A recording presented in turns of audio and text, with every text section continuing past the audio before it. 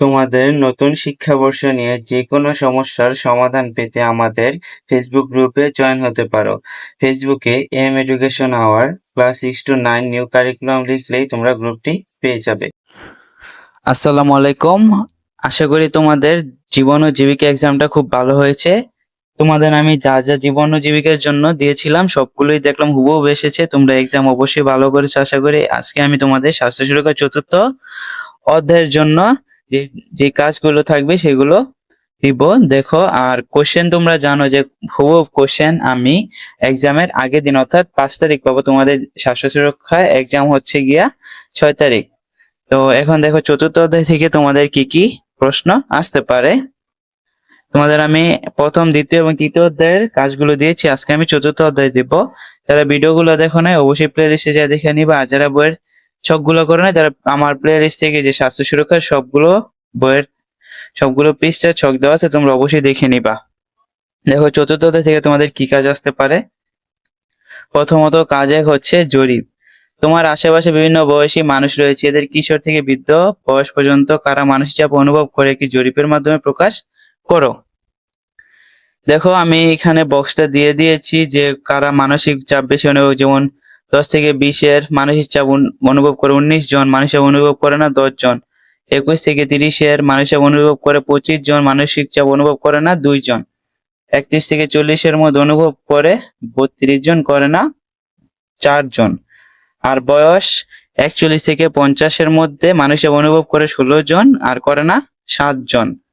আর বয়স 51 থেকে 60-এর মধ্যে মানুষের অনুভব করে 4 জন, করে না 8 জন। বয়স সীমা 61 থেকে 70-এর মধ্যে মানুষের অনুভব করে 5 জন, আর মানুষের অনুভব করে না 5 জন। ঠিক আছে, এই যে এখানে আমি তাদের মোট সংখ্যা দিয়ে দিয়েছি, তোমরা দেখে নিও। এটা তোমাদের পরীক্ষা আসতে পারে জরিপ। আর কাজ 2 হচ্ছে বিশ্লেষণমূলক শিখন। সাফা অল্পটি রেগে যায়, এতে তার বন্ধুর প্রায় নানা বিষয়ে ঝগড়া হয়। বাড়িতে বাবা মায়ের সাথে সামান্য মনোমালিন্য হলে অনেক চিৎকার চেঁচামেচি করে। এসব দেখে তার বাবা মা পরামর্শ দেন। পরবর্তী সাফা নিজেকে পরিবর্তন করার চেষ্টা করে। তাকে আরো সংবেদনশীল আচরণ পরিবর্তন সম্পর্কে সাফার মা তাকে পরামর্শ দিয়েছিলেন।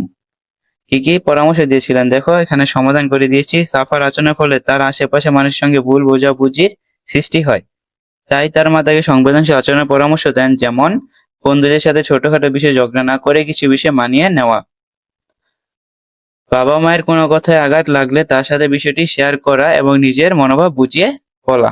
ঠিক আছে, এই ছিল তোমাদের বিশ্লেষণমূলক শিখনের সমাধান। এখন আসি আমরা 3 নাম্বার পোস্টার তৈরি করা। কাজ 3, পোস্টার তৈরি করা। দেখো কি বিষয়ে পোস্টার তৈরি করব। আফসানা প্রতিদিনের মতো আজ স্কুলে গেল। টিফিনের পর সে খাবার খেলো এবং প্রিয় দাদু হঠাৎ তার মারা গিয়েছেন এমন অপ্রত্যাশিত দুঃসংবাদ শুনে আফসানা মানসিকভাবে ভেঙে পড়লো। উক্ত কারণ ছাড়া মানসিক চাপের আরো 3টি কারণ উল্লেখ করে একটি পোস্টার তৈরি করো। মানে মানসিক চাপের 3টি কারণ উল্লেখ করে আমরা একটি পোস্টার তৈরি করব। দেখো মানসিক চাপের কারণ কি কি হইতে পারে। ক্রমাগত কাজের চাপ, নিরাপত্তার অভাব, তারপর আসতে পারে সামাজিক উৎপীড়ন, সামাজিক বৈষম্য, নৈতিকতার অবক্ষয়, পারিবারিক বিশৃঙ্খলা, মা বাবার বিচ্ছেদ। এই যে এটা তোমরা পোস্টার পেপারের মধ্যে এরকম আইকা নিবা। তারপর হচ্ছে তোমাদের কাচার।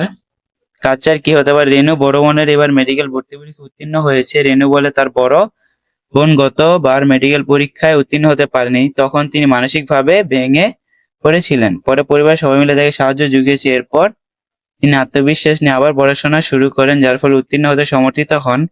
রেনুর বড় বোন যদি মানসিক চাপে নিজেকে গুটিয়ে রাখতো তাহলে আজ এমন সফল হতে পারতো না। মানসিক চাপের একটি অনুচ্ছেদ লেখো। এখন দেখো আমরা মানসিক চাপ নিয়ে একটি অনুচ্ছেদ লিখবো। উত্তর: মানসিক চাপ এক ধরনের বেদনাদায়ক অস্বস্তিকর আবেগী অবস্থা যা আমাদের মনে দ্বন্দ্ব, হতাশা সৃষ্টি করে। মানসিক চাপের ফলে আমরা অস্থির, উত্তেজিত হই এবং শরীরের অভ্যন্তরীণ ভারসাম্য নষ্ট হয়। নানা কারণে মানসিক চাপ সৃষ্টি হতে পারে, যেমন কোনো অপ্রত্যাশিত ঘটনা, দুঃসংবাদ, পারিবারিক বিশৃঙ্খলা, পড়াশোনায় কাজের চাপ, অপ্রত্যাশিত কোনো পরিস্থিতির সম্মুখীন হয় ইত্যাদি। মানসিক চাপে নেতিবাচক ইতিবাচক উভয় প্রভাব রয়েছে। নেতিবাচক প্রভাবের মধ্যে রয়েছে শারীরিক মানসিক যত্ন, পরিচর্যার প্রতি, পড়াশোনা বা কাজের প্রতি মনোযোগ কমে যাওয়া, মেজাজ খারাপ থাকে ইত্যাদি। মানসিক চাপ মোকাবেলায় নিজে ধৈর্যশীল হতে হবে। মানসিক চাপের ব্যবস্থাপনায় কৌশল সম্পর্কে নিজেদের সচেতন হতে হবে। এই ছিল তোমাদের চতুর্থ অধ্যায়ের 4টি কাজ। আশা করি সবাই বুঝতে পেরেছো। আর সবাই অবশ্যই আমার চ্যানেলটা সাবস্ক্রাইব করে রাখবা, কারণ যে কোনো কোশ্চেন আসার সাথে সাথে আমি তোমাদের দিয়ে দিব। এ পর্যন্ত ছিল, আল্লাহ হাফেজ।